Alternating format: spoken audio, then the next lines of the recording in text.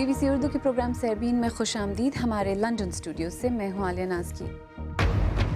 شام میں جنگ بندی کے باوجود امدادی سامان نہ پہنچنے پر غم و غصہ. اقوام متحدہ اب بھی محصور علاقوں تک نہیں پہنچ پا رہی.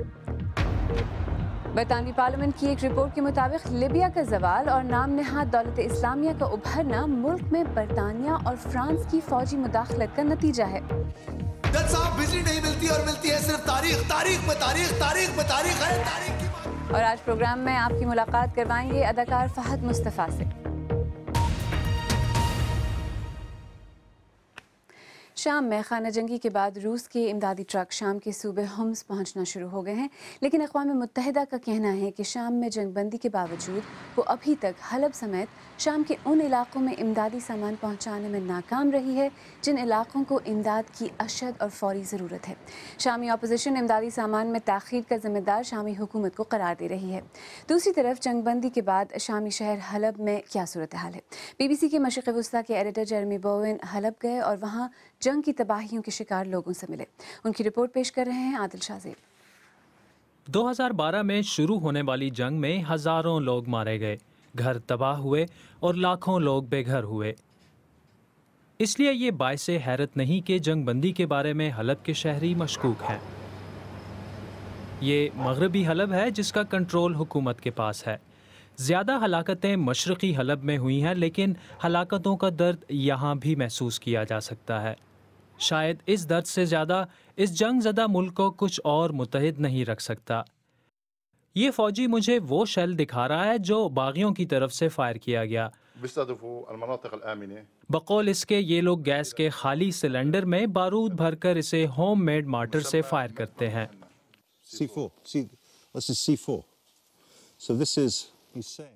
تو آپ یہ کہہ رہے ہیں کہ یہ بارودی مواد C4 ہے؟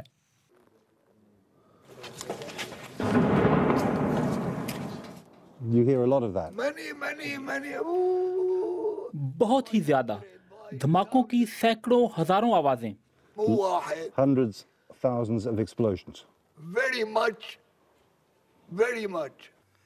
یہ دھماکہ تو جنگ بندی کی ایک چھوٹی سی خلاف ورزی تھی، لیکن سالد بالاد اور ان کے پوتے پوتیاں ایسی آوازوں کے عادی ہو چکے ہیں. یہ باغیوں کو دہشت گرد سمجھتے ہیں. ان کی ایک آنکھ جبکہ ان کے بیٹے کی ٹانگ باغیوں کے حملے میں ضائع ہو چکی ہے.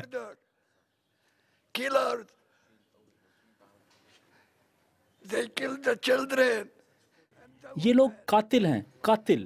یہ بچوں اور عورتوں کو مار ڈالتے ہیں.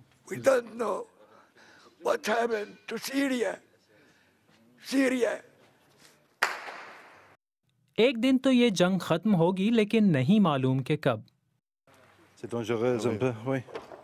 پادری الیاس سداس کو امید ہے کہ شاید وہ دن آ پہنچا ہے. باغیوں نے ان کا چرچ تباہ کر دیا ہے. شامی عیسائیوں کی اکثریت اسد حکومت کی حامی ہے. الیاس سداس کا خیال ہے کہ جنگ کا خاتمہ صرف مذاکرات سے ہی ممکن ہے. وہ جنگ بندی کے حامی جبکہ شام میں ہتھیاروں کی سپلائی کے شدید مخالف ہیں. میں اس چرچ سے دنیا کے تمام ممالک سے اپیل کرتا ہوں کہ اسلحے کی تجارت بند کریں. اسلحے پر خرچ کی جانے والی رقم سے بہت سے جنگ زدہ عوام کا پیٹ بھرا جا سکتا ہے اور امن قائم کیا جا سکتا ہے.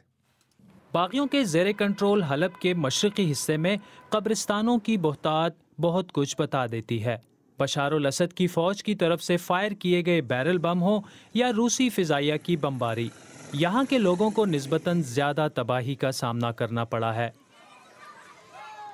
عید الاضحیٰ کے موقع پر جنگ بندی کا نافذ العمل ہونا سب کے لیے ایک بڑی خوشخبری تھی.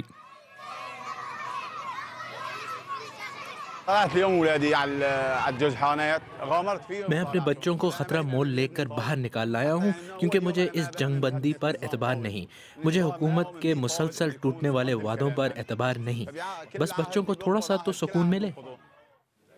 میں مشرقی حلب میں اندر تک تو نہ جا سکا، لیکن یہ علاقہ فرنٹ لائن کے بالکل قریب ہے. یہ اس خطے میں قرون وسطیٰ کے دور کا تاریخی بازار تھا. حلب کا تاریخی شہر عظیم انسانی تعمیرات میں سے ایک تھا. اب یہ تباہ حال اور مردہ شہر میں تبدیل ہو چکا ہے. یہاں ہونے والی تباہی تو لمحے فکریہ ہے ہی، लेकिन 4 लाख शामियों की हलाकत का गम इससे कहीं बढ़कर है। Now, let's assume the ceasefire lasts. चलें उम्मीद करते हैं कि ये जंगबंदी तवील मुद्दत तक कायम रहेगी। सवाल यह है कि इसके बाद अगला मरहला क्या होगा? क्या मुफाहिमत का एक सियासी अमल शुरू किया जा सकेगा जो कि इस मुल्क को जंग से दूर और अमन के करीब कर सके? या ये भी माजी की तरह एक और जंग बंदी है जिसका मकसद मुतहारिब धड़ों को आराम देना और असलहा इकट्ठा करना है ताकि वो जंग के अगले राउंड की तैयारी कर सकें। Jeremy Bowen, BBC News, Aleppo. शाम की तरह लिबिया में भी हालिया सालों में सूरत हाल ख़राब रही है। कर्नल क़ज़ाफ़ी की हुकूमत के ख़ात्मे के बाद मुल्क में जहां मुख्तलिफ मुसल्लह गिरोह बरसर पैकार हैं, वहीं ख़ुद को दौलत इस्लामिया कहने वाली शिद्दत पसंद तंजीम ने भी मुल्क के कुछ इलाकों में अपने कदम जमा लिए हैं। बरतानवी पार्लियामान की एक रिपोर्ट में सन 2011 में बरतानिया और फ्रांस की जानिब से लिबिया में की जाने वाली फ़ौजी मुदाखलत पर सख्त तनकीद की गई है। जेम्स लैंडल की रिपोर्ट पेश कर रहे हैं फराज हाशमी। आज का लीबिया जहां मुसल्लह गिरोह हुकूमत पर कब्जे के लिए आमने सामने हैं, जहां शिद्दत पसंद गिरोह दौलत इस्लामिया ने कदम जमा लिए हैं और जिसकी गैर महफूज सरहदों से तारिकीन वतन यूरोप आ रहे हैं। अरकान पार्लियामेंट का कहना है कि ये बरतानिया और फ्रांस की जानिब से कर्नल क़ज़ाफ़ी के खिलाफ लड़ने वाले बागियों को फ़ौजी मदद फराहम करने का नतीजा है। बरतानवी पार्लियामेंट की खारजा अमूर की कमेटी के मुताबिक लीबिया में मुदाखलत का फैसला नाक़िस इंटेलिजेंस की बुनियाद पर किया गया और हुकूमत को मालूम ही नहीं था कि बागियों में शिद्दत पसंद गिरोह भी शामिल थे। अरकान पार्लियामान ने तनकीद की है कि अहम शहरियों को बचाने के लिए शुरू की जाने वाली कार्रवाई को मुस्तक़बिल की हिकमत अमली बनाए बगैर कर्नल क़ज़ाफ़ी की हुकूमत के खात्मे के लिए इस्तेमाल किया गया। हम हुकूमत की तब्दीली से पैदा होने वाली सूरत हाल के लिए तैयार नहीं थे। हमें ज़मीनी हक़ाइक़ का भी इदराक नहीं था। खारजा अमूर कमेटी के बकौल लीबिया के बारे में मुनासिब हिकमत अमली बनाने में नाकामी और मुल्क की आज की सूरत हाल के ज़िम्मेदार डेविड कैमरॉन हैं। तहम कमेटी के अरकान ने मौजूदा हुकूमत की लीबिया पॉलिसी और वहाँ कायम अबूरी हुकूमत की हिमायत के फैसले की तारीफ़ की है। बरतानवी दफ्तर खारजा की जानिब से जारी बयान में कहा गया कि लीबिया में मुदाखलत अक़वाम मुत्तहिदा और अरब लीग की हिमायत से की गई थी और क़ज़ाफ़ी हुकूमत से जो ख़तरा था उसे नज़रअंदाज नहीं किया जा सकता था। अक़वाम मुत्तहिदा में इंसानी हक़ूक़ के हाई कमिश्नर ज़ैद राद अल हुसैन ने इंडिया के ज़ेर इंतज़ाम कश्मीर में होने वाली हालिया हलाकतों की बैन अक़वामी जाँच को ज़रूरी करार दिया है। उन्होंने कश्मीर की रोज़ बरोज़ बिगड़ती सूरत हाल के पेश नज़र वहाँ आज़ाद, मुनसिफ़ाना और बैन अक़वामी मिशन कायम करने पर जोर दिया और इंडिया के रवैये पर अफसोस का इजहार भी किया है। अपने रद्द-ए-अमल में इंडिया ने कहा है कि मौजूदा सूरत हाल हिज़्बुल मुजाहिदीन के एक खुद साख्ता कमांडर की हलाकत से पैदा हुई है जो दहशतगर्दी की कई वारदातों में मतलूब था और दहशतगर्दी इंसानी हुकूक की सबसे बड़ी खिलाफ वर्जी है। इंडिया के वज़ीर आज़म नरेंद्र मोदी और अफगानिस्तान के सदर अशरफ गनी की बुध को दिल्ली में मुलाकात के बाद जारी किए जाने वाले मुश्तरका एलामिया में कहा गया है कि दहशतगर्दों के खिलाफ बिला इम्तियाज़ कार्रवाई की जानी चाहिए क्योंकि दहशतगर्दी से खित्ते में अमन और इस्तेहकाम को खतरा लाहक है। जापान के एक जिंदा आतिशफ़शां के बारे में साइंसदानों का कहना है कि अगले 30 साल के दौरान इस आतिशफ़शां के बड़े पैमाने पर फटने का खदशा है। साइंसदानों के मुताबिक साकुरा जीमा नामी आतिशफ़शां से दरपेश खतरे में रोज़ बरोज़ इजाफा होता जा रहा है। आइए अब देखते हैं कि हमारी वेबसाइट bbcurdu.com पर आपकी दिलचस्पी किन खबरों में है। माँ के बगैर बच्चा पैदा करना मुमकिन हो सकेगा और क्वेटा में कुर्बानी का गोश्त बराए फ़रोख्त की खबरों के अलावा शहजाद मलिक का कॉलम गुजरांवाला आधी आबादी खाना बनाने आधी खाने में मसरूफ़ बहुत पढ़ा जा रहा है। बरतानिया के सबसे पुराने एशियाई थिएटर तारा आर्ट्स की असर नौ तामीर के बाद इसके दरवाजे एक बार फिर खुल रहे हैं।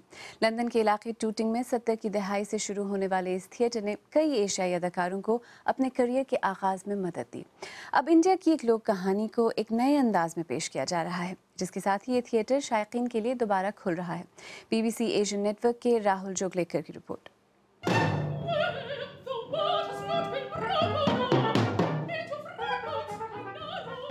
रविंद्रनाथ टैगोर की लिखी नज़्म एक नए अंदाज में।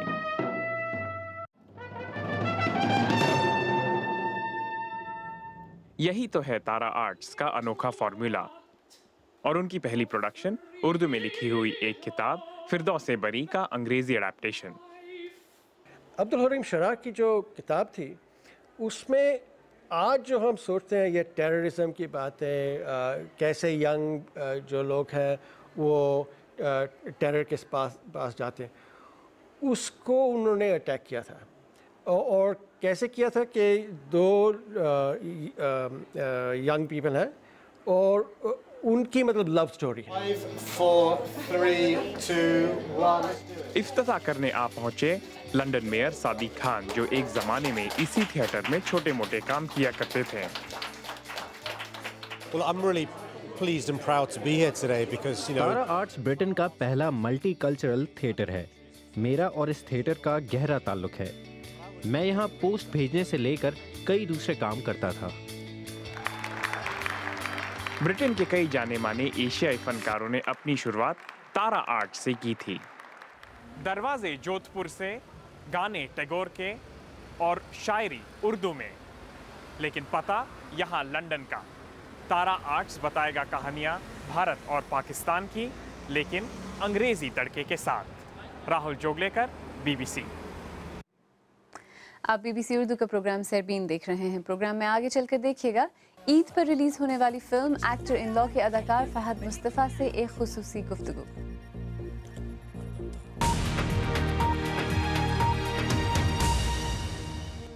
BBC उर्दू के प्रोग्राम सरबीन में एक बार फिर खुशामदीद। मैं हूँ आलिया नाज की। अब कुछ जिक्र ईद का, जहाँ इस मौके पर मज़ेदार खाने खाए जाते हैं और अजीज़ रिश्तेदारों से मुलाकात होती है, वहीं टीवी और फिल्में भी बड़ी दिलचस्पी से देखी जाती हैं। और पाकिस्तान में टीवी और फिल्मों का जिक्र किया जाए तो फहद मुस्तफ़ा का नाम ज़रूर सामने आता है। अदाकारी के साथ साथ अपने टीवी शो जी तो पाकिस्तान की वजह से फहद मुस्तफ़ा काफ़ी मकबूल हैं। ईद के मौके पर उनकी नई फिल्म एक्टर इन लॉ मुल्क भर में रिलीज़ हुई। हमारे साथी सबा एतजाज़ ने उनसे खुसूसी गुफ्तगू की।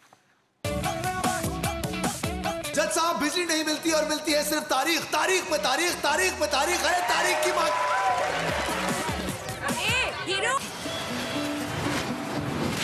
ये है तुम्हारी अदाकारी? क्या मुंह दिखाऊंगा लोगों को? निकल जा इस घर से, निकल जा। फिल्म जो एक्टर इन लॉ है उसके जो ट्रेलर हमने देखे हैं उनको देखकर कुछ लग रहा है जैसे कि पाकिस्तानी सियासत और मीडिया को लेकर भी कुछ सोशल कमेंट्री जो है वो नज़र आ रही है। तो क्या ये तासुर दुरुस्त होगा और आप किस तरह का रद्द अमल एक्सपेक्ट कर रहे हैं? आप हम किसी को लेक्चर देना नहीं चाहते यार। We don't want to change the world. हम टीचर्स नहीं हैं कि हम आपको पढ़ाने नहीं निकले हैं घरों से। We want to entertain you, but somehow people are entertained by politics in this country, and which is of course entertainment at its highest level. तो मुझे ऐसा लगता है कि आप वो बात करें जो कि लोगों के दिल के करीब हो, जिससे वो बहुत ज़्यादा कनेक्टेड है एक एक बात का। Everybody is an analyst in this country, एक क्रिकेट सबको आती है और एक पॉलिटिक्स सबको आती है, तो ये दो चीज़ें सबको आती हैं। तो हमने सोचा कि यार लेट्स टॉक अबाउट समथिंग जो कि जिसकी कनेक्टिविटी बहुत ज़्यादा है, रिलेटेबल बहुत ज़्यादा है, and have some fun. So it's about social issues, very serious issues, and yet in a very very crazy and funny manner. Film के ट्रेलर से ही हम देख रहे थे कि एक डायलॉग है कि हमारे मुल्क में जो अक़लियतें हैं उनको तमाम सहूलियात हासिल हैं, यहाँ तक कि झंडे का सफ़ेद जो हिस्सा है वो भी उनके लिए है, जो काफ़ी फेमस एक डायलॉग हो चुका है। तो इसमें कोई मैसेज है अक़लियतों के हवाले से? और आप जानते हैं कि काफ़ी मुतनाज़ा मौजू भी है। Are you trying to convey something in this film? देखिए, वही मैंने आपसे बात की ना कि आप बहुत सीरियस बात बहुत मजाक में अगर आप करके चले जाए ना तो कोई माइंड भी नहीं करता और बात समझ भी आ जाती है। झंडे में सफेद रंग भी इन्हीं के लिए दिया गया और डंडा भी वही। Films are the only medium जिसमें आप आप एक नेशन को बिल्ड कर सकते हैं। हमारे यहाँ बुक्स पढ़ने का रिवाज नहीं है इस मुल्क में। We are more of a visual kind of a nation. तो उनको आप दिखा के ही चेंज कर सकते हैं ना थोड़ा सा। हाल ही में आप भी कुछ कंट्रोवर्सी में आए थे, एक प्रेस कॉन्फ्रेंस हुई जिसमें आपका एक डायलॉग जो उस पर मेरे ख्याल कुछ सवाल उठाए थे लोगों ने सोशल मीडिया पे कायदे आज़म के हवाले। देखिए, मैं अभी भी वही बात कर रहा था कि अगर मैं पाकिस्तानी हूँ, मैं कायदे आज़म को कायदे आज़म समझता हूँ। कोई है, सुना है कायदे आज़म भी अदाकार बनना चाहते थे, तो मैं उनके बारे में बात क्यों नहीं कर सकता? मैंने पढ़ा है उनके बारे में। ये मुल्क उन्होंने मेरे लिए बनाया है। मैं भी उतना ही हिस्सा हूँ इस मुल्क का जितना हम सब की औलादें हैं या सारे लोग हैं। तो ऐसा मैं गलत तो कुछ कह नहीं रहा। और दूसरी मुझे ऑफेंड होना चाहिए था इस बात पे, बिकॉज दे सेड कायदे आज़म तो अदाकार बनना चाहते हैं। मतलब कि क्या बात है इस बात का? सो डू यू थिंक के dogs and actors should not be allowed anywhere? Are you considering me in that category? میرا اداکار ہونا اتنا غلط ہے؟ اگر غلط ہے تو let's close this whole thing and finish it off and let's do something else. اگر صحیح ہے تو پھر تو یار ایسا کچھ نہیں ہے. ہمارے تو زرداری صاحب نے بھی ایکٹنگ کی ہے, وحید مراد صاحب کا بچپن پلے کیا تھا. اس فلم میں بھارتی اداکار اوم پوری کے ساتھ بھی کام کیا. تھوڑا سا بتائیے کہ وہ تجربہ کیسا تھا, اور اس طرح کی جو کولیبریشنز ہیں دونوں ممالک کے پروڈکشن میں ہونی چاہیے آپ کے خیال میں, اور کیا دونوں کے لیے ایکولی فائدہ ہے, دونوں انڈسٹریز کے لیے؟ مجھے ایسا لگتا ہے کہ ابھی تک تو فائدہ سارا ان کو ہی ہے.